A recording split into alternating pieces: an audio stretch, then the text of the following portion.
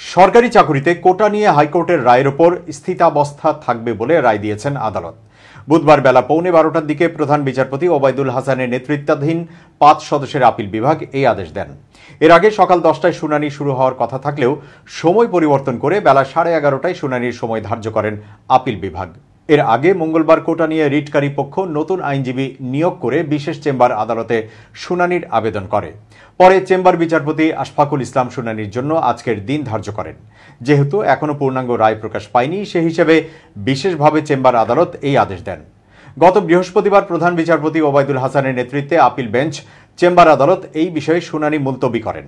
সেদিন আর্জির পরিপ্রেক্ষিতে মুলতবিতে আপিল বিভাগ নট টুডে বলে আদেশ দিয়েছিলেন। কোটা সংস্কার আন্দোলনের প্রেক্ষাপটে 5 বছর আগে প্রথম ও দ্বিতীয় শ্রেণীর সরকারি চাকুরির নিয়োগে 30% মুক্তিযোদ্ধা কোটা বাতিলের সিদ্ধান্ত অবৈধ ঘোষণা করে গত 5 জুন রায় দেন হাইকোর্ট। এই রায়ের ফলে প্রথম ও দ্বিতীয় শ্রেণীর সরকারি চাকুরিতে 30% মুক্তিযোদ্ধা কোটা ফিরে আসে।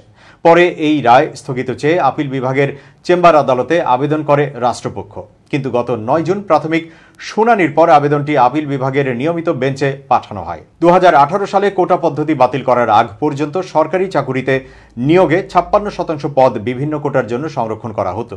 এর মধ্যে মুক্তিযোদ্ধার সন্তানদের জন্য ছিল 30%, নারী 10%, জেলা 10%, ক্ষুদ্র নৃগোষ্ঠী 5%, প্রতিবন্ধী 1% কোটা।